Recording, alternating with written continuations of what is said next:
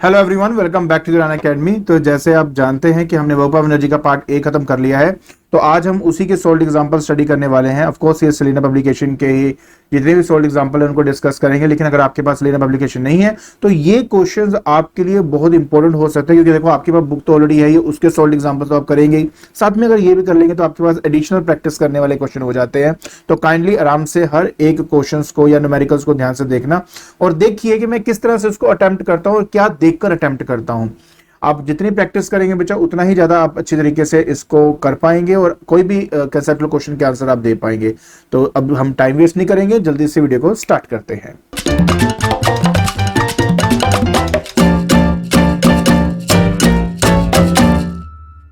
तो देखिए, शुरुआत करेंगे अपने सबसे पहले क्वेश्चन के साथ। कहता है a crane pulls up a car of mass 500 kg to a vertical height of 4 meter. Calculate the work done by the crane. देखिए सबसे बड़ी बात, ओके सो मेरे पास मान लीजिए एक कार है और इस कार को ऊपर की तरफ फोर्स लगाकर खींचा गया है, और अगर आप देखें तो डिस्प्लेसमेंट भी हमारी ऊपर की तरफ ही है। तो मुझे कितना मिनिमम फोर्स लगाना पड़ेगा? ऑफ कोर्स वो मुझे वेट ऑफ दैट पर्टिकुलर जो कार है वो मुझे तो उतनी फोर्स कम से कम लगानी पड़ेगी उसको ऊपर की तरफ मूव करवाने के लिए। तो इसने बोला है कि work done by the crane. तो क्रेन जो फोर्स लगा रही है वो अपवर्ड है, डिस्प्लेसमेंट अपवर्ड है, इसलिए वर्क जो होगा वो हमारा F into S into cos of 0 degree लिया जाएगा, बिकॉज फोर्स और डिस्प्लेसमेंट के बीच में एंगल क्या है, यहाँ पे 0 डिग्री का है। एक सिंपल सी भाषा में बताऊं तो फोर्स हमारा mg है, डिस्प्लेसमेंट मान लीजिए जिस हाइट तक लेके जा रहा है वो हमारी डिस्प्लेसमेंट है, जिसको हम h बोल देंगे, तो h हो गया। तो हम mgh का फॉर्मूला लगाएंगे तो हमारे पास आ जाएगा बेटा 500 इंटू जी, हमारे पास क्योंकि नहीं दिया हुआ इसलिए 9.8 लिया जाएगा, और हाइट जो है बेटा मेरे पास 4 आ जाएगी। ओके सो 5 4 ये आपके पास 2000 मेरे पास आ चुका है। 2000 इंटू 9.8 है, एक जीरो मल्टीप्लाई हो जाएगा इसके साथ, तो 200 इंटू 98 हो गया। 98 इंटू 2 होता है 196 और 2 जीरोस एक्स्ट्रा, तो जूल साथ में। अब जाके आपके पास बेटा ये आंसर आ जाएगा। आई होप आपको ये समझ में आ गया होगा। चलिए, force of 10 newton displaces a body by a distance of 2 metre at an angle 60 degree to its own direction, so find the amount of work done. बहुत सिंपल है, देखिए मेरे पास एक ब्लॉक है, यहां पर एक फोर्स लगाई गई है जो कि 10 न्यूटन की फोर्स है, और जो डिस्प्लेसमेंट है वो आपके इस डायरेक्शन में हो रही है, और जो एंगल यहां बन रहा है वो आपका 60 डिग्री का एंगल है। तो बस वर्क निकालने का फॉर्मूला क्या था, F into S into cos of 60 degree. So यहाँ पे F है 10, डिस्प्लेसमेंट हमारी 2 मीटर की है, और जो cos 60 है उसकी वैल्यू 1/2 होता है। ये इससे कट गया, हमारा आंसर 10 जूल हमें मिल जाएगा। तो देखिए बहुत सिंपल से आपके न्यूमेरिकल्स हैं, बट द थिंग इज जब तक आप करेंगे नहीं तब तक आपको ये आएगा नहीं। ठीक है, चलिए अब हमारे पास जो सेकंड क्वेश्चन है वो हमारा खत्म हो गया है, सेकंड न्यूमेरिकल खत्म हो गया है। अब आपको मैं नेक्स्ट न्यूमेरिकल की तरफ लेके चलता हूं। सो कहता है boy of mass 40 kg climbs up a flight of 30 steps each 20 metre high in 2 minutes. अब इसको ध्यान से समझना, ये पहले मैं बॉय का डेटा लिखूंगा यहाँ पे, और उसके बाद गर्ल का जो डेटा है यहाँ पे आगे लिखा हुआ गर्ल, वो मैं यहाँ लिखूंगा। सो मेरे पास जो स्टेयर्स हैं वो कुछ स्टेयर्स इस तरह से होती है, राइट। हर स्टेयर्स की जो हाइट है वो 20 सेंटीमीटर मेरे को दी है, और ऐसे कुल मिलाकर हमारे पास 30 स्टेप्स हैं। टोटल कितने हैं यहाँ पे? 30 स्टेप्स हैं। तो अगर एक स्टेप की हाइट 20 सेंटीमीटर है तो टोटल हाइट जो ये कवर करने वाले हैं वो 30 इंटू 20 हो जाएगा, मतलब दैट विल बी 600 सेंटीमीटर, मतलब मीटर में हो जाएगा 6 मीटर। तो मतलब कि दोनों के दोनों जो हाइट अटेन्ड बाय बॉय है वो भी 6 मीटर का है, और हाइट अटेन्ड बाय गर्ल जो है वो भी 6 मीटर का ही है। चलिए अब हम आगे बढ़ते हैं। मास ऑफ बॉय जो है वो मुझे 40 kg दिया हुआ है। मास ऑफ गर्ल के बारे में बात करता हूं अगर, तो वो 30 kg मेरे को दिया हुआ है। ठीक है, सबसे पहले कहता है कि मुझे वर्क डन जो है वो कंपेयर कर दीजिए। वर्क डन मतलब work done bye boy divide by work done bye girl की बात करता हूं। तो वर्क डन का फॉर्मूला क्या होता है, अगर हाइट दी हो तो mgh हम इस्तेमाल करते हैं। सो m जो है mass of boy g into height attained by boy divide by mass of girl into g into height attained by girl. So mass of boy यहाँ पे 40 दिया हुआ है, मास ऑफ गर्ल यहाँ पे 30 दिया हुआ है। बाकी देखो जी से जी कट गया और दोनों क्योंकि सेम हाइट अटेन करते हैं तो ये भी कट जाएगा, तो आपका आंसर 4:3 आपको मिल जाता है। क्लियर। अब हम बात करते हैं पावर के बारे में। देखिए जो पावर होता है, please understand this thing, power होता है बेटा work done divided by time taken. अब इस बात को समझना, ये बहुत इंपॉर्टेंट है चीज जो मैं करने जा रहा हूं। मतलब बॉय की पावर को और कैलकुलेट करना चाहता हूं, जो बॉय ने वाला पावर डेवलप किया अगर उसको कैलकुलेट करना चाहता हूं तो वर्क डन कितना किया बॉय ने डिवाइड बाय टाइम कितना लिया बॉय ने, उसको डिवाइड करना पड़ेगा मेरे को। ठीक है। अच्छा उसी तरह अगर मैं power developed by girl calculate करना चाहता हूं तो work done by the girl divide by time कितना लिया उस गर्ल ने, वो मुझे डिवाइड करना पड़ेगा। सो अगर इन दोनों को मैं आपस में डिवाइड कर दूं, मतलब अगर मैं 1 डिवाइड बाय 2 कर दूं तो power develop by boy divide by power develop by girl मेरे पास आ जाएगा, मतलब रेशियो आ जाएगी मेरे पास। तो देखिए work done bye boy divide by time taken by boy divided by work done bye girl divide by time taken by girl, और ये आ जाएगा बेटा work done bye boy divide by time taken by boy multiply, अब आप इसको ठीक है reciprocal ले लिया हमने, डब्ल्यू जी नीचे आ जाएगा आपका। ठीक है, थोड़ा सा इसको मैं रीअरेंज करूंगा, मतलब मैं इसको लिखूंगा work done bye boy divide by work done bye girl, मतलब मैंने इन दोनों की पोजीशन स्विच कर दी नीचे वाले, time taken by girl divide by time taken by boy. ठीक है। अब देखिए पीछे ही जस्ट अभी आपने किया था कि work done bye boy by work done bye girl है 4:3, तो इसका मतलब यह हुआ कि power develop by boy by power develop by girl में इसको मैं रिप्लेस कर सकता हूं 4:3, तो 4 डिवाइड बाय 3। बाकी time taken by girl, girl कितना टाइम लेती है 1.5 मिनट, तो 1.5 इंटू 60 ताकि सेकेंड में कन्वर्ट हो जाए। Time taken by boy 2 minutes, तो 2 इंटू 60 अगेन। ध्यान से देखिए बेटा ये सीधा कट हो चुका है ऑलरेडी आपका। ठीक है। ओके सो 4/3 इंटू इसको लिखूंगा 15/20, यहां पे लिख देता हूं मैं। आपको पता है ये 5 से यहां जाएगा आपका, ये 3 से जाएगा यहां पे, और ये पूरा कट हो गया, तो फाइनली 1:1 आपका आंसर आ चुका है।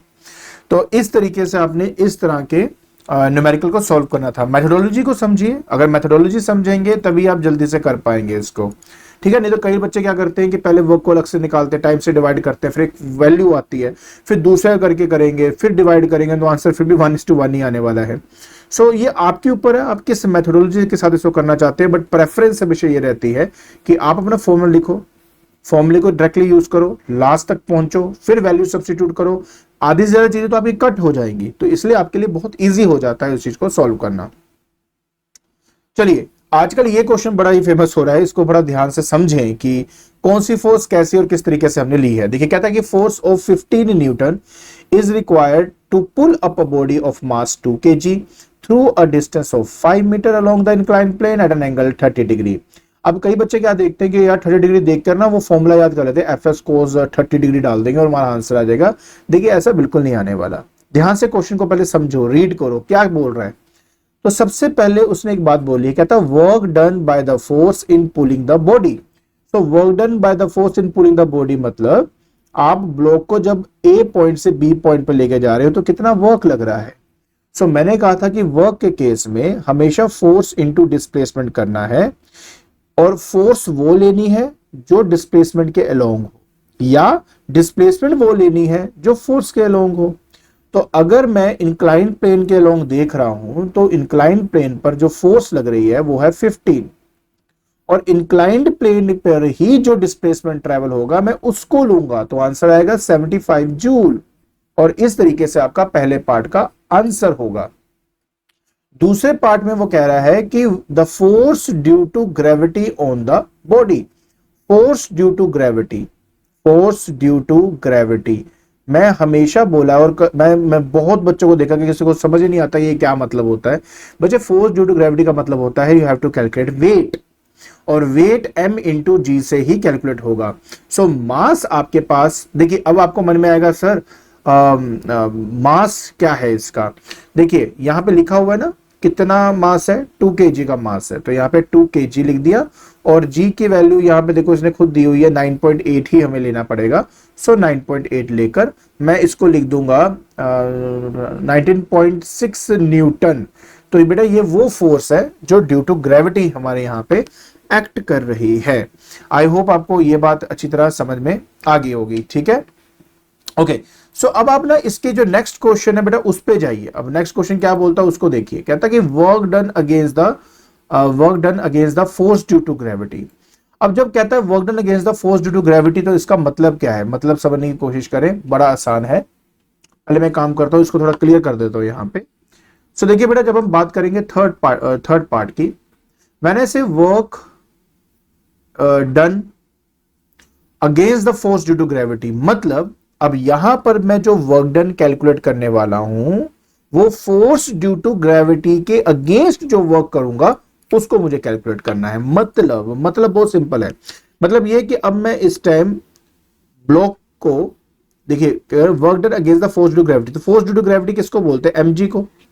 And work done against the force due to gravity का मतलब क्या होगा कि आप इस ब्लॉक को ए पॉइंट से, मतलब mg के ऑपोजिट आपने एक फोर्स लगाई है और उसको मूव करवाकर आप उसको बी पॉइंट पर लेके जा रहे हो। तो अल्टीमेटली देखा जाए तो वर्टिकली वो कितना मूव कर रहा है, वर्टिकली वो ये BC जो हाइट है उसने वो अटेन करी है। प्लीज बात को समझे, मैं फिर से इसको आपको समझाने की कोशिश करता हूं।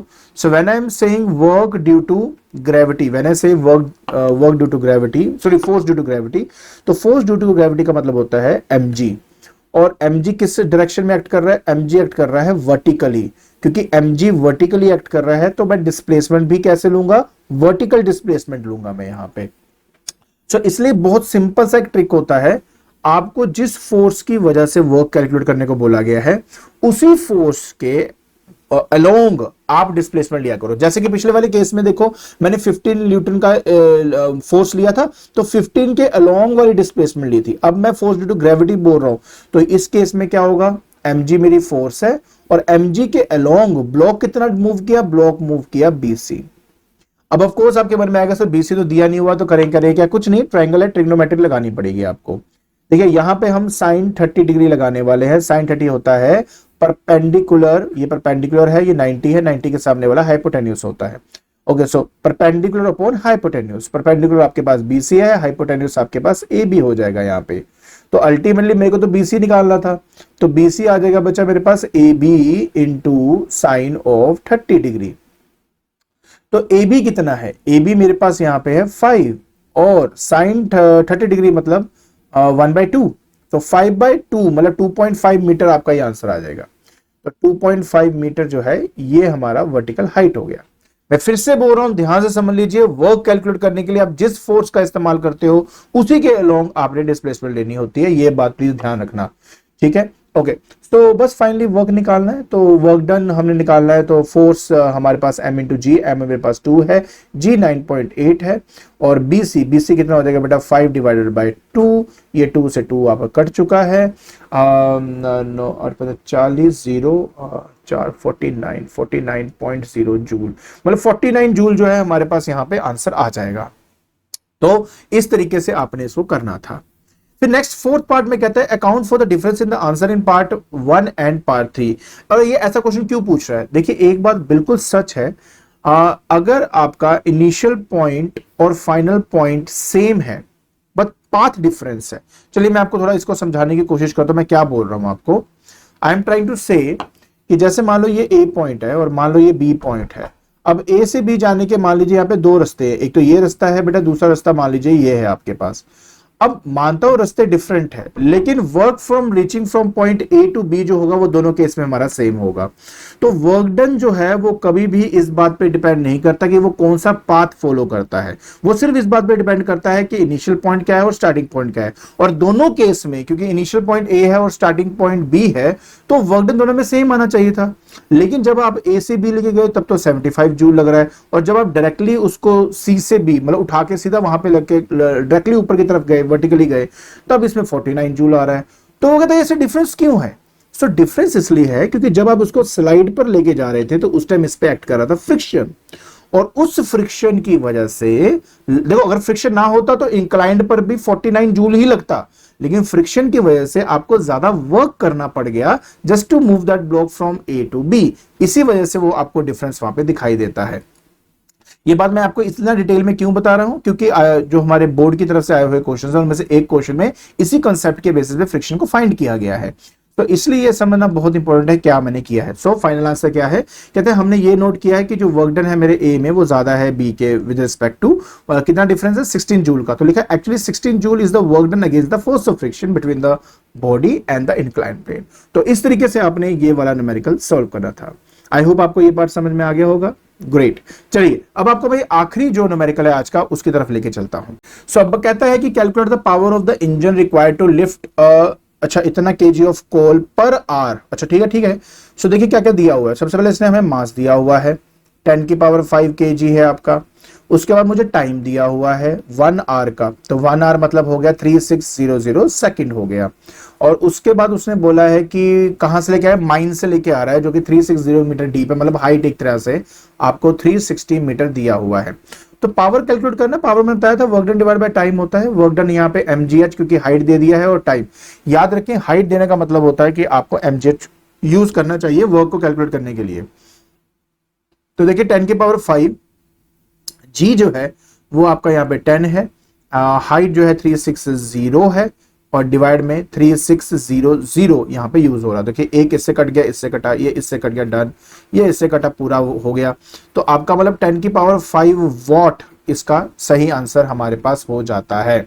ठीक है, तो कई लोग कहते हैं सर हमारा जो आंसर है वो किलो वॉट में दिया हुआ है, तो आप वॉट में छोड़ सकते हैं कि नहीं, एक्चुअलिटी में वॉट में ही छोड़ना चाहिए। द रीजन बीइंग बिकॉज वो एक ऐसा यूनिट है। अगर स्पेसिफिकली वो बोलता कि किलो वॉट में अगर मुझे करना है तो मैं इसको 100 किलो वॉट लिखता, अदरवाइज नहीं लिखता। सो ये एक सिंपल सी बात थी जो मुझे आपको यहाँ पे एक्सप्लेन करनी थी। क्लियर हो गया। बाकी इसमें एक इंपॉर्टेंट नोट है जो समझना बहुत इंपॉर्टेंट है, कहते हैं कि in fact the actual power of the machine will be more than 100 kilowatt. ये बात बिल्कुल सच है। हमने जब अभी इसको जो कैलकुलेट किया है वो ये मान के कैलकुलेट किया है कि ये जो मशीन है इसमें कोई भी एनर्जी का लॉस नहीं हो रहा, लेकिन क्या होता है कि कुछ एनर्जी जो है वो हमेशा फ्रिक्शन को ओवरकम करने में लॉस हो जाती है, इसलिए कभी भी मशीन की जो एफिशिएंसी वो 100% नहीं होती है। तो अगर वो मुझे बोल देता ना कि अगर इसमें एक कंसेप्चुअल क्वेश्चन डाल देता कि बताइए एक्चुअल पावर जो है उसके हिसाब से हमें ज्यादा वर्क करना ज्यादा पावर लगानी पड़ेगी कम, तो आंसर था कि ज्यादा पावर लगानी पड़ेगी मेरे को, क्योंकि कुछ जो एनर्जी है वो आपकी वेस्ट हो जाती है against the force of friction.